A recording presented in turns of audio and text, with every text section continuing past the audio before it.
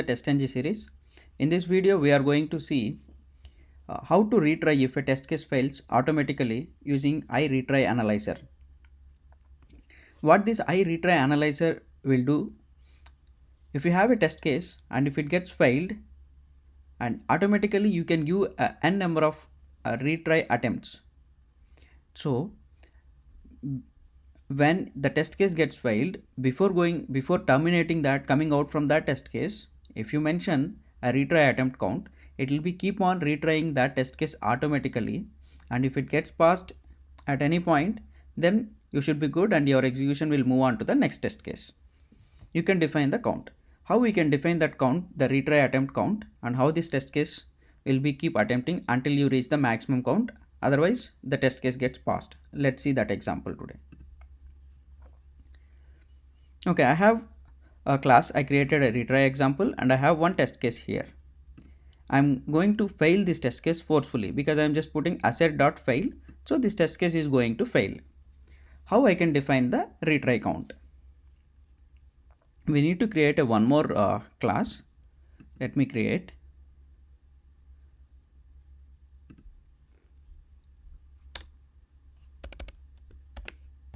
I name it as a retry. This is my class, and since we are going to use iRetry Analyzer from the TestNG, I'm going to implement this class iRetry Analyzer. This interface is from the TestNG, org.testng. Once you implement this iRetry Analyzer, you are seeing an error message is populating.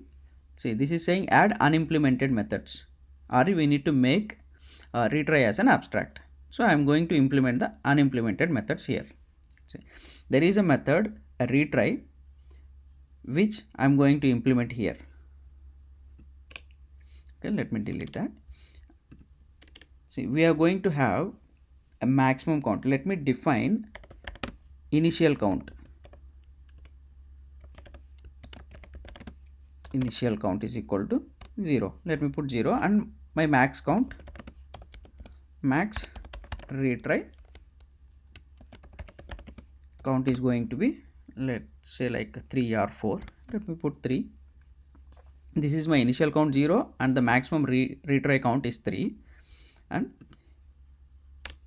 inside this method, I am going to put my condition if initial count less than the max retry count. If the initial count is less than, I'm going to increment that, and I will be keep on checking this specific condition, whether am I going beyond the retry count, or like basically we need to terminate once you reach the max retry count. So this condition will help us to break this. I'm going to increment each time whenever this gets validated. I'm incrementing the count, so this initial count will be keep incrementing until for 0, 1, 2, and if the initial count becomes 3, this condition will false, and we come out from there and it returns false from this method. Until this condition breaks, we need to return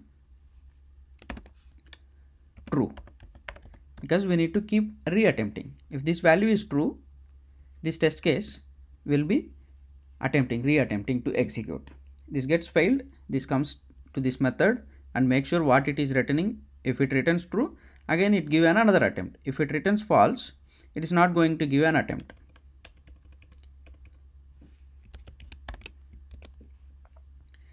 See, this is a method. It's a simple retry method which implements an iRetry Analyzer, and a retry method.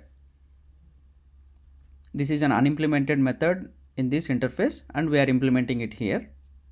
This iTest results, this particular object, result object, is going to tell us whether this is passed or failed.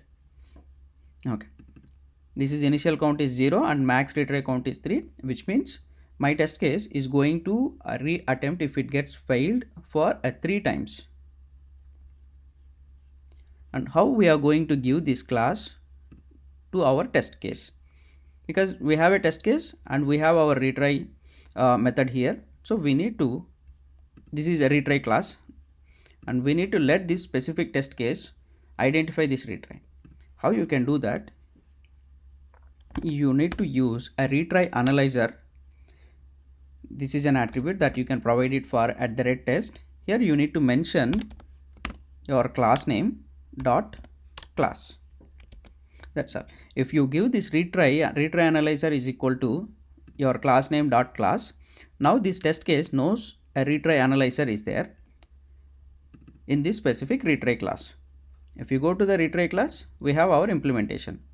Now this test case will execute because it's gonna fail here, asset.fail, and we have given a 3 as a retry attempt count. The total execution count would become a 4 for this. Let me run this and see. You are seeing first attempt, second attempt, third attempt, and the fourth one.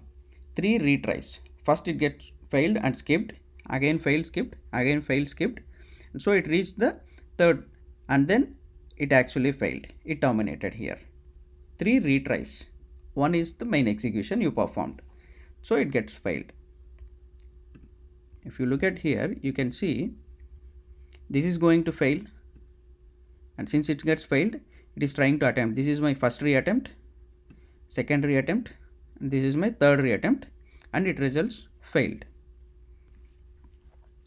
If any of the reattempt, if this particular validation gets successful, since I am making this forcefully fail and it is going all the retry, the number of count we defined, if it gets successful in between, it will not go for the next attempt.